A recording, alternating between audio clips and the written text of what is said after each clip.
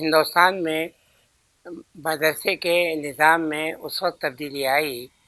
جب 1857 میں جنگ آزادی ہوئی اور جنگ آزادی میں ہندوستانیوں کو شکست ہوئی۔ تو اس کے فوراً بعد ہی چونکہ مغل سلطنت کا خاتمہ ہو گیا تھا، تو جہاں پر جو مسلمان سوسائٹی یا مسلمان لوگ تھے، اب ان کے لیے ایک اچانک شاید مسئلہ یہ تھا کہ ان کی مذہبی تعلیمات کا کیا ہوگا۔ چنانچہ یہ جو ضرورت تھی، اس ضرورت کو پورا کرنے کے لیے پھر 1857 کے 10 سال کے بعد یعنی 1867 میں دیوبند کے مدرسے کا قیام عمل میں آیا۔ دیوبند کا یہ مدرسہ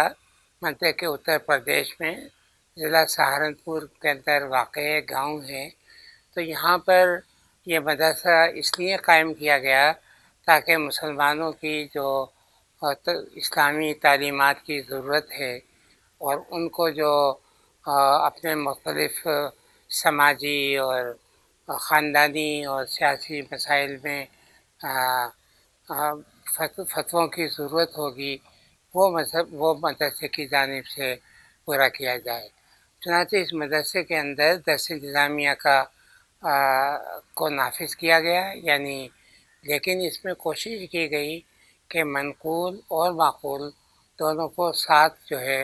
وہ رکھا جائے۔ لیکن حیرت کی بات یہ ہے کہ اس پورے عرصے کے اندر ہندوستان کی سیاسی صورتحال بدل چکی تھی، اور اس بدلتی صورتحال میں ضرورت اس بات کی تھی کہ تعلیم کو بھی بدلا جائے۔ اب جدیدیت جو آ گئی ہے، انگریزی حکومت کے آنے کے بعد جو حالات بدلے ہیں، ان حالات کو کیسے سمجھا جائے اور کیسے ان کے اندر اپنے معاملات کو سلجھایا جائے۔ لیکن مدرسہ دیوبند کے جو بانی تھے رشید گنگوہی اور قاسم نانوتوی، یہ دو مطلب کہ علماء تھے، انہوں نے اس جانب توجہ نہیں دی اور مدرسے کو اسی طرح سے روایتی انداز میں شروع کیا۔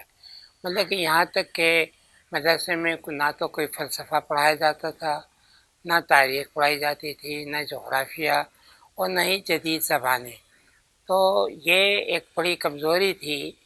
جس کو یہ پوری طریقے سے نہ سمجھ پائے کہ ضرورت اب اس بات یہ ہے کہ تعلیم کو پھیلایا جائے، اور جو تعلیم اب تک مذہب کے اندر جکڑی ہوئی ہے اس کو نکالا جائے۔ ایک خاص بات یہ بھی تھی کہ کچھ لوگوں کا مشورہ یہ بھی تھا کہ مدرسے میں طالب علموں کو مختلف پیشہ ورانہ تربیت بھی دی جائے، تاکہ اگر کبھی کوئی حالات خراب ہوں تو وہ اس پیشے کے ذریعے اپنی روزی کما سکیں۔ مثلاً کارپینٹری کا ہے، معماری کا ہے، یا سمجھیے کہ جلاہے کا ہے، کپڑے بننے کا ہے۔ لیکن اس کی سخت مخالفت کی گئی اور کہا گیا کہ علماء کا کام یہ نہیں ہے کہ یہ پیشے اختیار کریں، لہٰذا یہ جو پیشہ ورانہ تعلیم کا منصوبہ بنایا گیا تھا وہ بھی پورا نہیں ہوا۔ لیکن انہوں نے مدرسے کے قائم کرتے وقت جو تھوڑا بہت انگریزی حکومت کے ساتھ یہاں پر آیا تھا، چونکہ یہاں انگریزی اسکول بھی قائم ہو چکے تھے، یونیورسٹیاں بھی بن چکی تھیں، تو ایک تو یہ ہوا جو اس سے پہلے نہیں تھا کہ اب طالب علموں کا باقاعدہ ہاسٹل ہونے لگا، ورنہ جیسا میں نے کہا پہلے ہاسٹل نہیں ہوتے تھے اور طلباء مختلف گھروں کے اندر رہا کرتے تھے۔ تو ایک تو ان کے ہاسٹل جو تھے وہ مقرر ہوئے، دوسرا یہ بھی ہوا کہ اب ان کے باقاعدہ امتحانات ہونے لگے۔ پہلے امتحانات بھی نہیں ہوتے تھے بلکہ جو مدرس ہوتا تھا، جب وہ دیکھتا تھا کہ اس کا طالب علم جو ہے اس نے نصاب کی کتابیں مکمل کر لی ہیں، تو وہ اس کو سرٹیفکیٹ دے دیتا تھا کہ وہ کہیں جا کے پڑھا سکے۔ لیکن اب باقاعدہ امتحان کا سلسلہ شروع ہوا، تو امتحان میں پاس ہونا، فیل ہونا اور سرٹیفکیٹ دینے کا بھی سلسلہ شروع ہوا۔ اور ایک پرانی رسم تھی کہ جو طالب علم کامیاب ہو جاتے تھے ان کی دستار بندی ہوتی تھی۔ دستار بندی کا مطلب یہ تھا کہ اب انہیں یہ اختیار دے دیا گیا ہے کہ وہ خود آگے چل کے تعلیم دے سکیں. تو یہ نئی چیزیں کچھ مطلب کہ انہوں نے مطلب کہ حاصل کی. لیکن اب ان کے لیے ایک بڑا مسئلہ ان کے لیے بھی تھا کہ ان کے پاس سرمایے کی کمی تھی. یعنی کوئی ریاستی سرمایہ بھی نہیں تھا اور عمرہ بھی اب اس قابل نہیں رہے تھے کہ کوئی ان کی مدد کرتے. چنانچہ اس کے لیے پھر انہوں نے پبلک سے باقاعدہ پہ چندہ جمع کرنا شروع کیا. یہ ہر سال مطلب کہ ایک لسٹ شائع کرتے تھے اور اس لسٹ میں ان لوگوں کے نام ہوتے تھے کہ جنہوں نے مدرسے کو چندہ دیا ہوتا تھا. تو اس چندے کی بنیاد کے اوپر مطلب کہ یہ مدرسہ جو تھا وہ مطلب کہ چلتا رہا. پھر اس مدرسے کی جو ضرورت تھی جو آگے چل کر لوگوں نے مسلمان معاشرے میں پیدا ہوئی وہ یہ تھی کہ اگرچہ یہاں قرآن شریف پڑھایا جاتا تھا، حدیث کی تعلیم بھی تھی، منطق بھی تھی، لیکن اس کا سب سے اہم ڈپارٹمنٹ جو تھا یا شعبہ جو تھا وہ دارالافتاء کہلاتا تھا. دارالافتاء یعنی جہاں پر کہ فتوے جو ہیں وہ دیے جاتے تھے. اب یعنی لوگ جو ہیں چاہے ان کے خاندانی مسائل ہوں، چاہے ان کے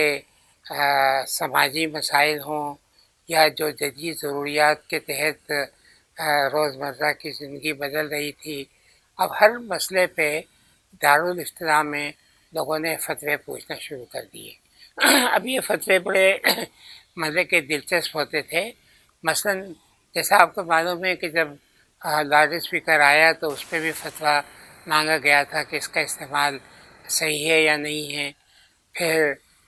ایلوپیتھک کی دوائیں آئیں تو اس میں بھی ہوا کہ کیا یہ دوائیں استعمال کرنا جائز ہے یا نہیں. اچھا چونکہ پہلی مرتبہ یہاں پر بسکٹ اور کیک آئے تو اس میں بھی سوال ہوا کہ یہ بسکٹ اور کیک کھانا جو ہے وہ بھی جائز ہے یا نہیں. انگریزی بال رکھنا، انگریزی کپڑے پہننا، انگریزی زبان سیکھنا، مطلب کہ یہ بہت سارے مسائل تھے. تو ان کے بارے کے اندر فتاویٰ جو تھے لوگوں نے پوچھنا شروع کیے. پھر خاص طور سے سب سے بڑا مسئلہ تھا تصویر کھنچانے کا. تصویر کھنچانے کی بھی مخالفت کی گئی. اچھا لیکن اب یہ تھا کہ جو میڈیسن کی یا طب کی تعلیم حاصل کرتے تھے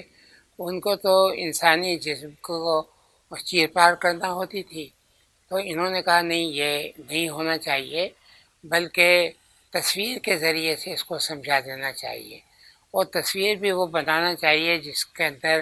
انسانی چہرہ نہ ہو، اور صرف مطلب کہ بغیر انسانی چہرے کے، اور اس کے ذریعے سے یعنی باطنی کی یا انسانی جسم کی تعلیم جو ہے وہ دینی چاہیے. تو یہ اتنی مسائل تھے جو جدیدیت آ رہی تھی، اور علماء جو تھے اب تک اپنے پرانے ذہن کے ساتھ لیے ہوئے مدرسے کو قائم کیے ہوئے تھے کہ ان کے لیے بڑا مشکل ہو رہا تھا کہ نئے زمانے کے ساتھ کیسے نپٹا جائے. نتیجہ اس کا یہ ہوا کہ دیوبند کے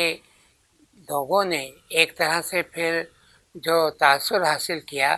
وہ سعودی عرب میں جو وہابی تحریک تھی اس وہابی تحریک سے یہ بڑے متاثر ہوئے. اور وہابی تحریک جو تھی عبدالوہاب جنہوں نے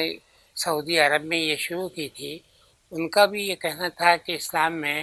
بہت سی ایسی باتیں آ گئی ہیں جو اسلامی تعلیمات کے خلاف ہیں، لہٰذا ان کو نکال دینا چاہیے، اور خالص اسلام جو ہے اس کو واپس لانا چاہیے. تو جس کو ہم کہتے ہیں نا احیا کی تحریک، تو یہ احیا کی تحریک چلی تھی وہاں سے، لیکن پھر یہ احیا کی تحریک یہاں دیوبند میں بھی آئی، اور یہاں بھی پھر ایک جماعت پیدا ہوئی جو اپنے آپ کو وہابی کہلاتے ہیں. تو یہاں ان کا یہ تھا کہ ہندوستان کے اندر بھی بہت ساری رسومات جو ہندوستان سے آ گئی ہیں، یا جن کا کہنا تھا کہ جو ہندو رسومات ہیں ان کو نکال دینا چاہیے،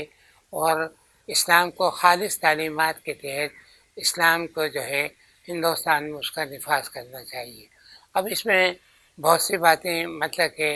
آ گئیں کہ نظر نیاز نہیں ہونی چاہیے، مزاروں پہ نہیں جانا چاہیے، قوالیاں نہیں ہونی چاہیے، مطلب کہ ایک طرح سے بہت ہی سخت قسم کا اسلامی نظام جو ہے مدرسے کے ذریعے سے اور اس کے نفاذ کی جانب اور اس کی تعلیمات کی جانب سے قائم کیا گیا۔ لیکن ایک خاص بات یہ بھی ہے کہ جب انگریزوں کے خلاف ہندوستان میں تحریک چلی ہے تو دیوبند کے علماء نے، جن میں خاص طور سے اس وقت کے محمود الحسن شامل تھے، انہوں نے کانگریس کا ساتھ دیا ہے اور انہوں نے مسلم لیگ کی بھی مخالفت کی ہے، پاکستان بننے کی بھی مخالفت کی ہے اور انگریزوں کی بھی مخالفت کی ہے۔ تو انگریزی مخالفت، کانگریس کی حمایت، یہ بھی دیوبند کے ایک خاص مطلب کہ سیاسی طور پر ان کے زیر اثر آئی، بلکہ اسی مدرسے کے تعلیم یافتہ جو تھے بہت بڑے ایک عالم مولانا عبید اللہ سندھی جو تھے، پھر آزادی یعنی ہندوستان کی آزادی کے خاطر یہ افغانستان بھی گئے، روس بھی گئے، لیکن انہوں نے بعد میں پھر فیصلہ یہی کیا کہ ہمیں ہندوستانی قومیت کو اختیار کر کے اور ہندوستان کو آزاد کرانا چاہیے۔ تو جہاں ایک طرف دیوبند نے پرانی یعنی مذہبی تعلیم کا نفاذ کیا، دوسری طرف سیاست میں انہوں نے جو جد و جہد کی ہے وہ کالونیلزم کے خلاف جد و جہد کی ہے، اور یہ جد و جہد کی ہے کہ ہندوستان کو آزاد جو ہے وہ کرایا جائے اور آزاد کرا کے یہاں پر صحیح اسلامی خالص تعلیمات مسلمان سوسائٹی میں قائم کی جائیں۔